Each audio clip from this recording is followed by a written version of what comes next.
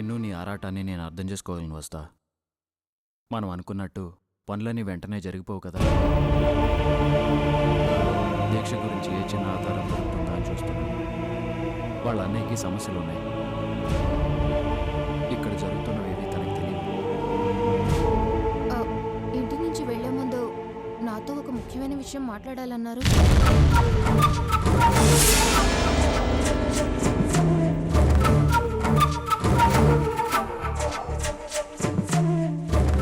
వస్తా. ఈ ఇంటికి వచ్చిన దగ్గర నుంచి మనకేది కలిసి రావట్లేదు. నీకు కానీ నాకు కానీ మనశ్శాంతి లేకుండా పోయింది.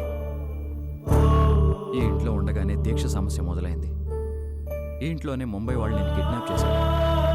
దానికన్నా ముందు నిన్ను హాస్పిటల్లో జాయిన్ చేయాల్సి వచ్చింది. ఈ ఇంటి వాస్తు బాగుండలేదేమోనండి. సిద్ధాంత్ గారిని పిలిపించి చిన్న చిన్న మార్పులు చేస్తే బాగుంటుంది. ఇది మన సొంత ఇల్లు కాదు కదా, మనకి ఇష్టం వచ్చినట్టు మార్పులు చేయించుకోవడానికి.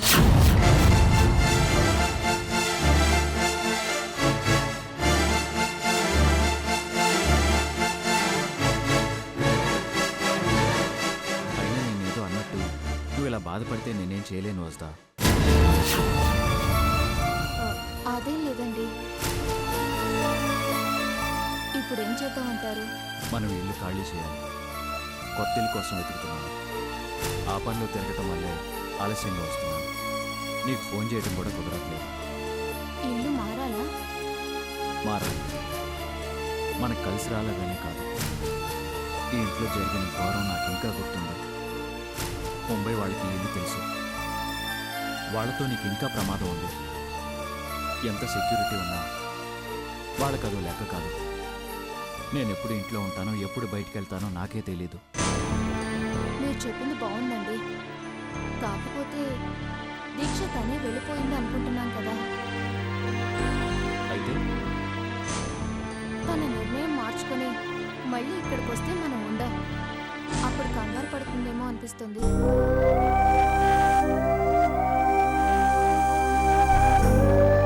దీక్ష మన దగ్గరికి రావాలనుకుంటే ముందు నాకు ఫోన్ చేస్తుంది వస్తా. అదొక సమస్యే కాదు. చెప్పానుగా, ఇల్లు మారితేనే మన సమస్యలు పోతాయని.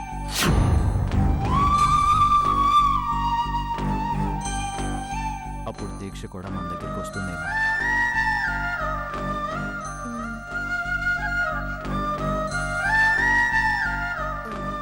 మీరు నాతో మాట్లాడాలనుకున్న విషయం ఇదేనా? అవును. ఆడవాళ్ళకి ఇల్లు మారటం అంటే ఇష్టం ఉండదు. అదే వివరంగా చెప్పాలనుకున్నాను. అసలు మన ఇల్లు మారటాలు ఇవన్నీ ఎందుకండి?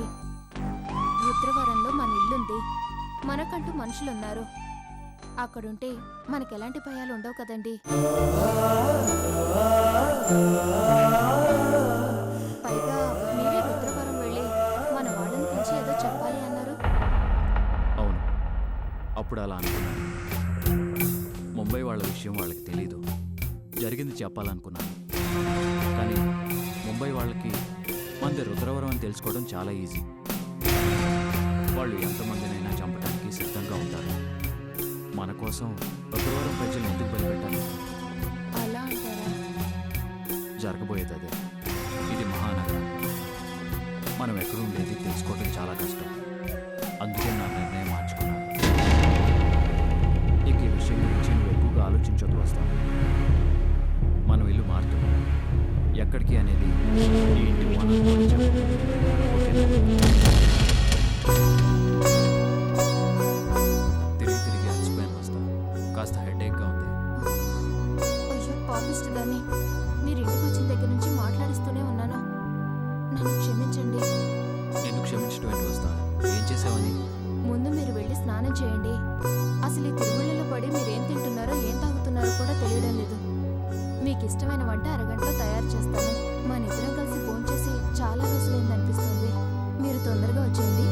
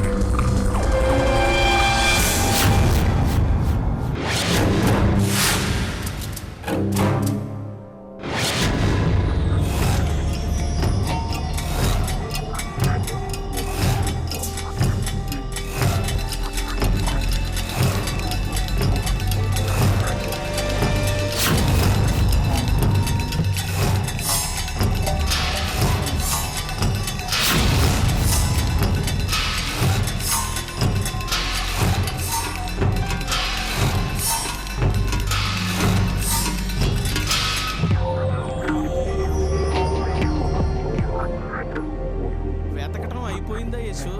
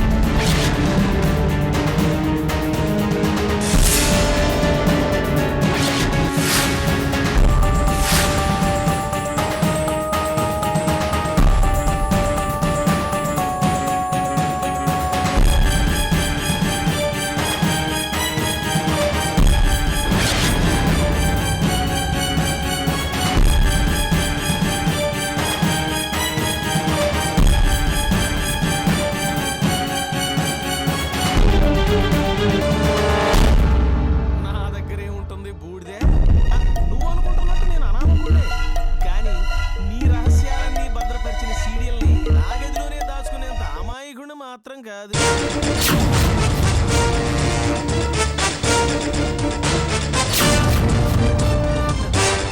నాకు మైండ్ రీడింగ్ కూడా తెలుసు. ఈ నారాయణ చుట్టుపక్కల లేడు కదా అని కన్ఫర్మ్ చేసుకోవడానికి లోపలికి వచ్చాను. వీడు ఇంతలోనే ఎక్కడి నుంచి ఊడిపడ్డా అని అనుకుంటున్నావు కదూ?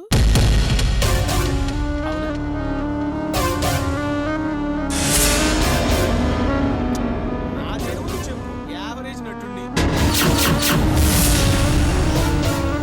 నువ్వు మహానటి, అద్భుతంగా నటించే వాళ్ళతో అంత జాగ్రత్తగా ఉండాలి కదా.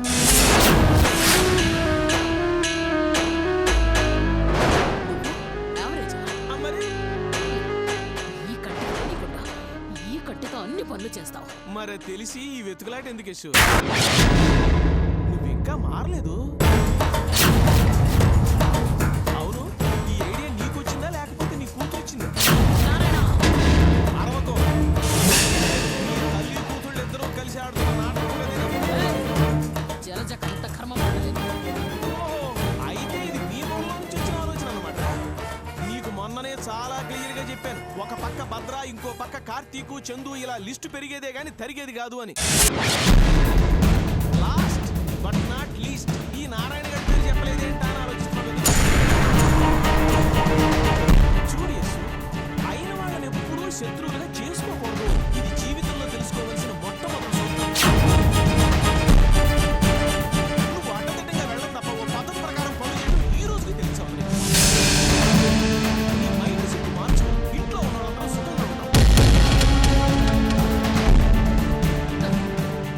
నీకు సుఖపడ్డా కూడా తెలుసా? అంత మాట అనేసావేంటి సు? ఆస్తుల్ని దాచినప్పుడు మొత్తాన్ని మంచం కింద దాచావే. కంపుతో బ్లాంక్ అయ్యి ఇంతాక నుంచి నేను చెప్పేది నా మైండ్కి ఎక్కడం లేదు. గుర్తు చేయమంటావా మళ్ళీ? అవసరం లేదు.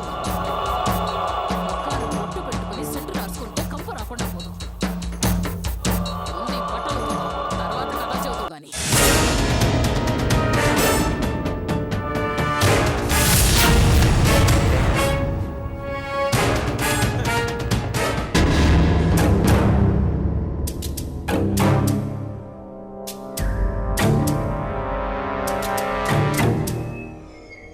ఎంతగా ఏం వాసన రావట్లేదే. అంత మాట అనేసావు. అయినా అలవాటైతే కప్పు కూడా ఇంపుగా ఉంటుందని తెలుసుకోవట్లేదు. ఇన్ని సంవత్సరాల నుంచి నీ దగ్గర నేను ఉండలేదు. నన్ను పట్టుకోమంటే యశు, త్వరలోనే నీ చేత అవాంకయ్యేలా ఊహించకపోతే నా పేరు నారాయణే కాదు జ్ఞాపకం.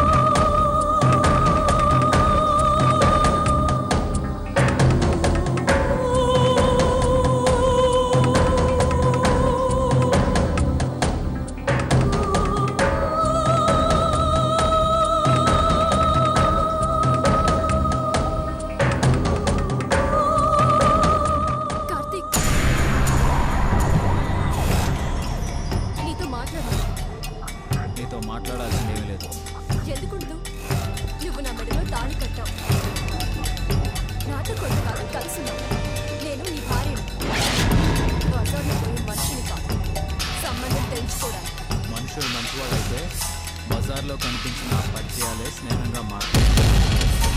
నేను చేసిన తప్పేంటి? నిన్ను ప్రేమించడమా? ప్రేమ అనేది వన్ సైడెడ్ కాదు, అది రెండు వైపులా ఉండాలి. అలాగా? చందు అంటే ప్రాణం ఇస్తావు, భార్య కాని భార్య కోసం భర్తగా నటిస్తావు. నన్ను మాత్రం ఎందుకు దూరంగా పెట్టావు? తెలిసి అడిగిన ప్రశ్నలకి జవాబు ఉంది. ఇప్పుడు నన్నేం చేయదలుచుకున్నావు? అసలు ఈ రోజే ఇక్కడే తేలిపోవాలి. అది ఎప్పుడో తెలియపోయింది. మీ అమ్మ మారదు, నువ్వు మారదు.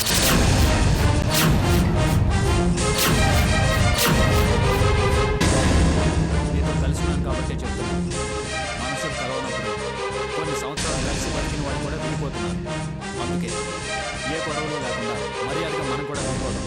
నీకు నచ్చిన వ్యక్తిని చూసి పెళ్లి చేసుకో. ఎప్పటికైనా నీ బతుకు చక్కగా మర్చిపో, నన్ను మర్చిపో. మర్చిపోయాను.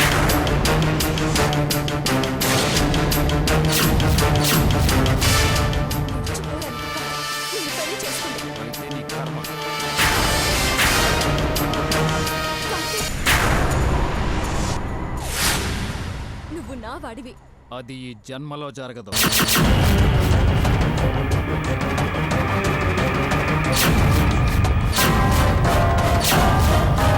మనిషికి కొత్త జన్మలు ఉన్నా అప్పుడు నాకు నువ్వే కావాలి. చేసిన మోసం తలుచుకుంటే నాకు అసహ్యం వేస్తుంది. ఏం చేసినా నేను నీ ప్రేమ కోసమే చేశాను. నీది ప్రేమ? ఆ మాట పదే పదే అంటానికి సిగ్గుండాలి. నువ్వు మా అమ్మకు చేసిన ద్రోహం నాకు గుర్తుంది. మీ అమ్మకి నేను కిడ్నీ ఇచ్చాను. ప్రేమ లేనిదే నువ్వు నీ మీద ఎవరు బతకగలుగుతారు? మా అమ్మకి కిడ్నీ పోవడానికి కారణం నీ అమ్మ.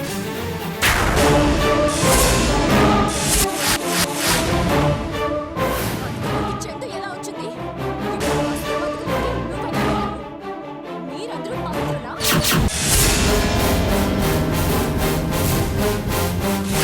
మాటలు అనవసరం. ఇప్పటిదాకా అలాగే అనుకున్నాను. చందుకి నువ్వు రెండో భర్త. క్యారెక్టర్ ఏంటో నాకు తెలుసు. వసుధకు దొంగ మొగుడు. ఇద్దరిని భరిస్తున్నప్పుడు నన్నెందుకు భరించవు? నేను అవసరం లేదనుకున్నప్పుడు నాన్న ఎందుకు కాపురం చేశావు? చందుకి సిగ్గుంటే నువ్వు ఆ వసుధ దగ్గర ఉండడానికి ఒప్పుకుంటుందా? దాని బతుకు దీని బతుకు నాకు తెలీదా? అమ్మకి చందు పెళ్లి చేస్తుందా? అసలు అది ఆడదేనా? జలజ, పక్కనున్నది మొగుడు, పరాయి మనిషి ఆ వసుదకు తెలీదా? అలాంటి నికృష్టపు ఆడవాళ్ళ మీద నీకు మోహం. నిన్నే ప్రేమించిన నా మీద మాత్రం నీకు ద్వేషం. వాడిని భార్య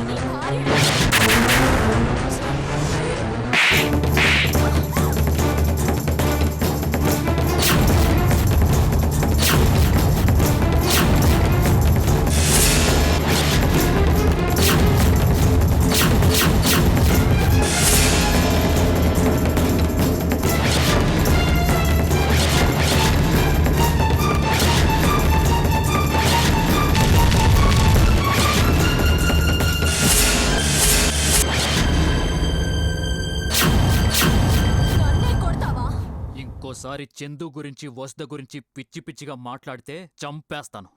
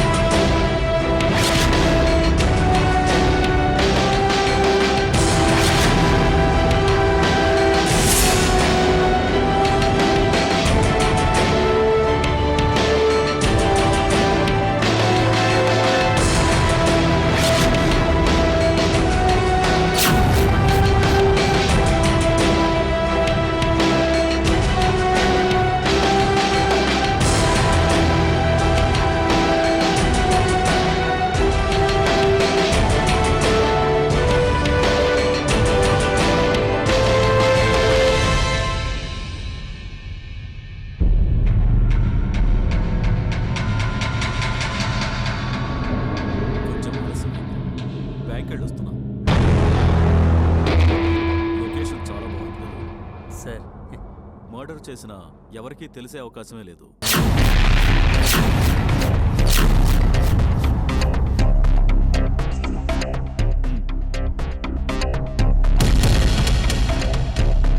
నాకు డాక్టర్ రవీంద్ర ఇన్ఫర్మేషన్ కావాలి. ఆయన హాస్పిటల్కి రావడం లేదే. అది నాకు తెలుసు. అతను ఎక్కడుంటాడో ఆ అడ్రస్ కావాలి. అది ఆయన బంజారీల్స్ రోడ్ నెంబర్ 11లో ఉంటాడు సార్. కావాలంటే మీరు డోర్ నెంబర్ రాసిస్తాను. అయినా ఆ పనికి ఇంత డబ్బు అవసరం లేదు కదా సార్. ఇది అడ్వాన్స్. ఆ మధ్య మీ హాస్పిటల్లో వసుధ అనే అమ్మాయికి ట్రీట్మెంట్ జరిగింది. ఆ కేసుకు సంబంధించిన ఫైల్ మీ ల్యాబ్లో ఉంది. దాంతోపాటు సార్ ఇవన్నీ మీరు ఎందుకు అడుగుతున్నారో నాకు తెలియదు. ల్యాబ్ నుంచి ఫైల్స్ బయటికి తీసుకురావడం అంటే చాలా కష్టం సార్. అది తెలిస్తే కనుక నా ఉద్యోగం పోతుంది సార్. తెలిసేటట్టు ఎవరు చేయమన్నారు మిస్టర్? అయినా నువ్వు ఒక్కడే ల్యాబ్లో వర్క్ చేయలేదు సార్. ఎంక్వైరీలు అన్నీ బయటకు వస్తాయి. ఎంక్వైరీ గురించి నువ్వు భయపడవు. అసలు నువ్వు ఫైల్ బయటికే తీసుకురాని అవసరం లేదు. అందులో వివరాలు నోట్ చేసుకుని వచ్చి చెప్తే చాలు.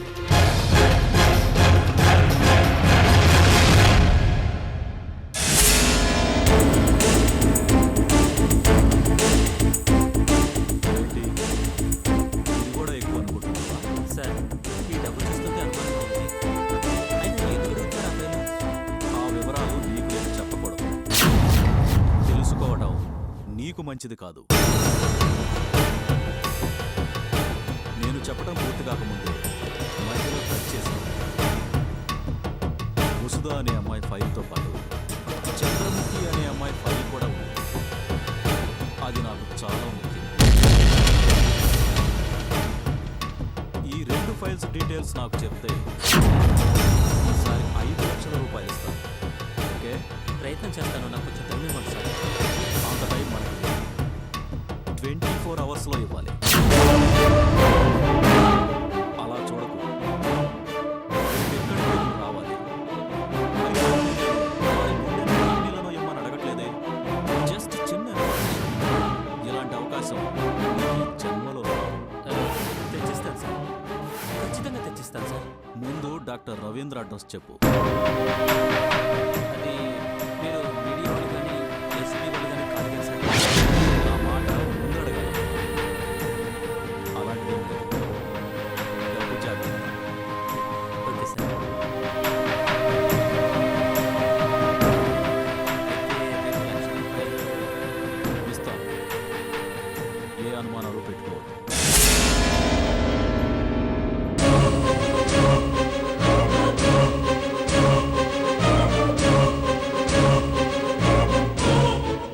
ఈ స్టింగ్ ఆపరేషన్ కాదు. గుండె మార్చే ఆపరేషన్.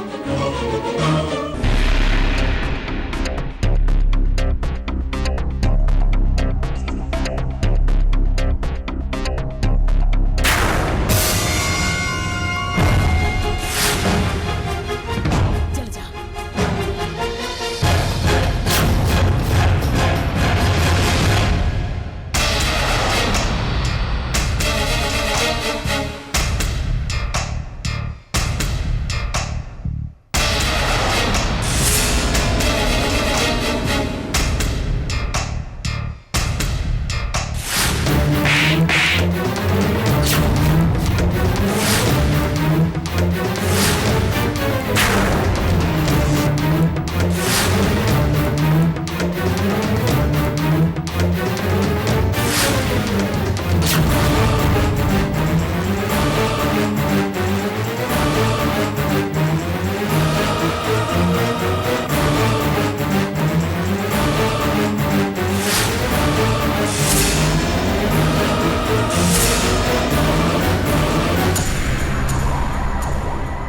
ఏమైంది జలజ? నన్ను కొట్టాడు. వెళ్ళిపోయాడా నారాయణ వాడు? చేతిలో కుక్క చావు చేస్తాడు వాడు. వాడు నన్ను కొట్టడమా? అదే జరిగితే నా ఫోన్లతో వాడి గొంతులో కూర్చి చంపేసేదాన్ని. ఎవడే నీ మీద చేయి చేసుకుని వాడు ఎప్పుడైనా సరే గొంతు మీద కాలేసి తుట్టి చంపేస్తాను. నా మీద చేయి చేసుకునే తప్పు ఈ లోకంలో ఒక్కడికే ఉంది. ఎవడు వాడు?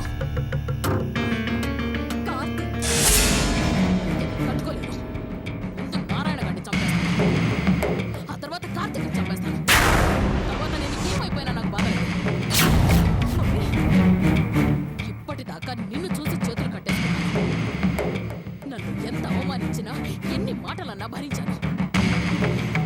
ఇంకా ఏమీ చేయకుండా ఇంట్లో ఉండి భయపడడం నా వల్ల కాదు. దానికి అలసైపోయాను. దెబ్బతింది నేను. నన్ను కొట్టనవసరం లేదమ్మా. నా కూతుర్ని కొడితే అది నన్ను కొట్టినట్టే.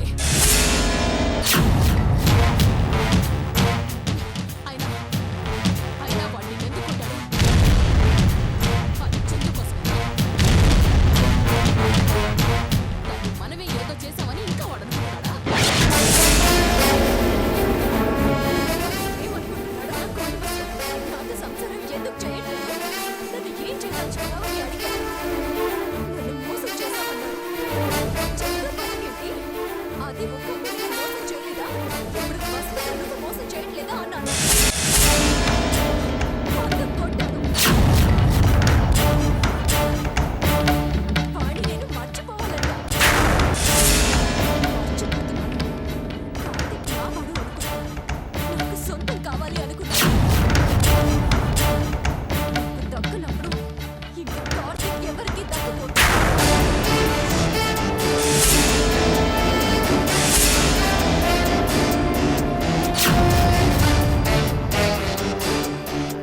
నేను చెప్పాలనుకున్న మాట జాజా ఇప్పుడు నీ నోటి నుంచి వింటున్నా. ఈరోజు నాకెంత సంతోషంగా ఉందో తెలుసా? నన్ను నేనే గెలిచినంత సంతోషంగా ఉంది. నువ్వు ప్రేమించావని వాడితో నీ పెళ్లి చేశావా? కార్తీక్ నువ్వు కలిసి బతికితే సంతోషపడాలనుకున్నాను.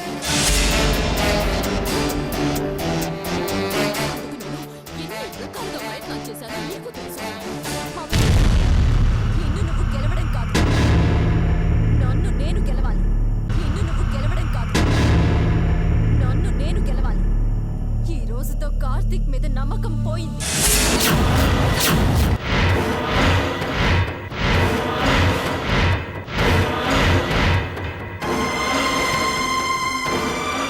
Yes. వాడు మారడు. వాడిగా చందుని, వాడి పెళ్ళంగా ఉన్న మసకని రెండు మాటలు అంటేనే అంత కోపమా? ఏ నేను ఆడతాను కానా? అందుకే ఇప్పటిదాకా నాలో ఉన్న పిచ్చి ప్రేమను చూశాను. ఈ క్షణం నుంచి నాలో పగలు చూస్తాను.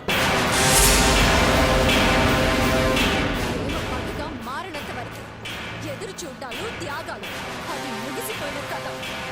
దెబ్బతిన్న ఆడది తలుచుకుంటే ఎలా రియాక్ట్ అవుతుందో, పరిస్థితుల్ని ఎంత భయంకరంగా చేస్తుందో కార్తీక్ తొందరలోనే తెలుసుకుంటాను.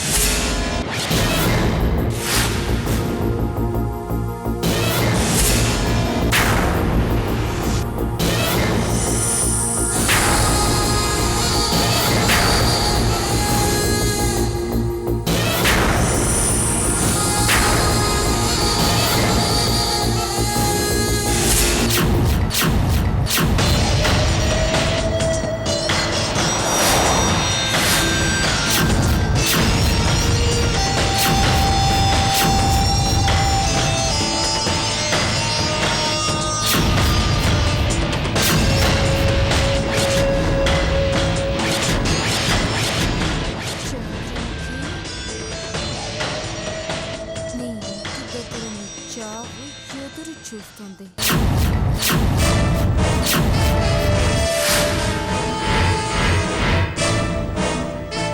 అవే నీ ఆఖరి క్షణాలు చంద్రముఖి. వసుగా అదృష్టవంతురాలు.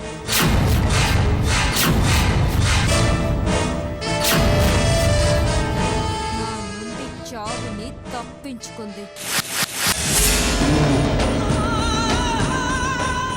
ఈసారి నిన్ను చావు నుంచి తప్పించడం నిన్ను పుట్టించిన వారికి కూడా సాధ్యం కాదు.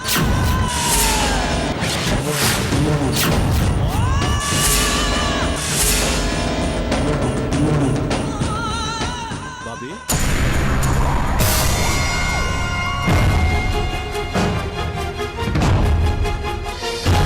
ఏంటి విజయ్?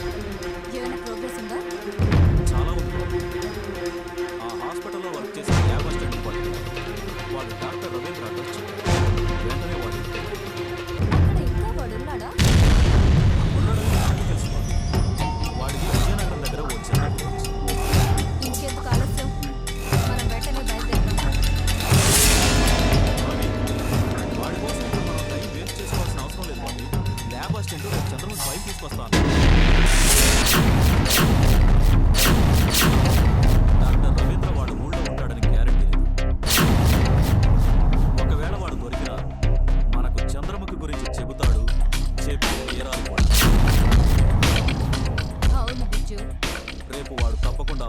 తీసుకొస్తాడు.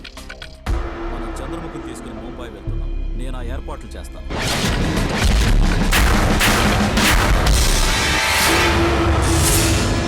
చాలా మంచి విషయం చెప్పావు. ఇంతకు ముందే చెప్పాను, కొన్ని పనులు డబ్బుతో అవుతాయని, మరికొన్ని పనులు భయపెట్టడం వల్ల అవుతాయని. ఇప్పటిదాకా నేను సరిగ్గా నిద్రపోలేదు బాబు. ఈరోజు ముందు కొట్టి హ్యాపీగా పడుకుందాం అనుకుంటున్నాను. ఆ పంచే బిజు ఎంజాయ్ చేయి. హాయ్ పేరు చెప్పి ఇంకో 2 పెగ్గులు ఎక్కువ తాగు. ఠీకే బాబీ.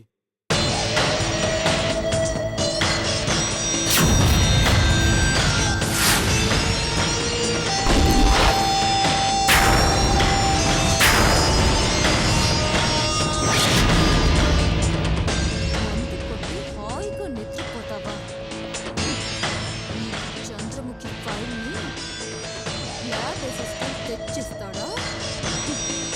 ఆ మొత్తంలోనే ఉంది. చంద్రముఖి, చావు ముహూర్తం చాలా దగ్గరికి వచ్చేసింది. ఈ చూపుది మొదటి రాత్రి, ఇది చివరి రాత్రి.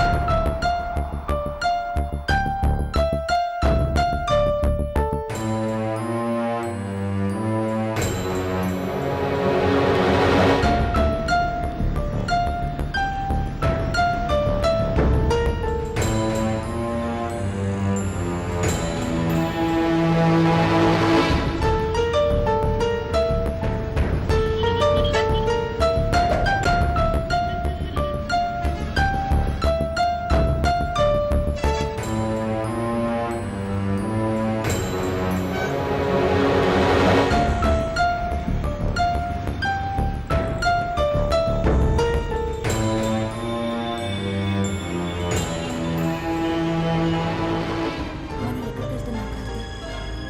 చెప్తాను చెప్పు. కాస్త ఓపిక పట్టు.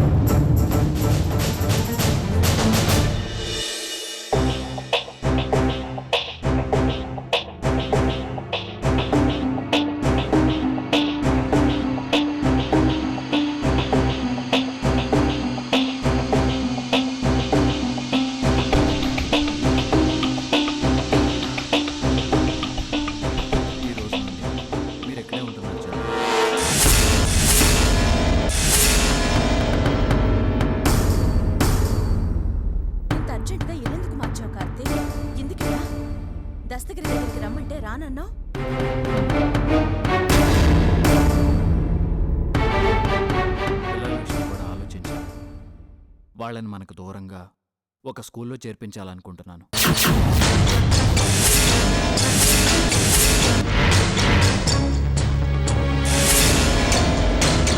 వాళ్ళు ఉంటారా? దస్తగిరి దగ్గర ఉన్నవాళ్ళు అక్కడ ఉండలేరు. 4 రోజులు నడుస్తారు, తర్వాత అలవాటు పడతారు.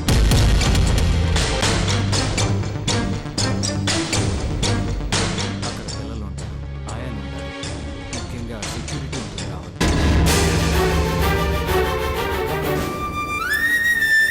పేరెంట్స్ని కూడా పర్మిషన్ లేకుండా అలౌ చేయరు.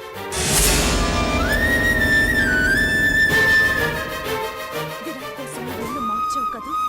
విరాట్ కోసమే కాచింది. ఇంకెవరి కోసం? ఆ యశోధర కోసమా?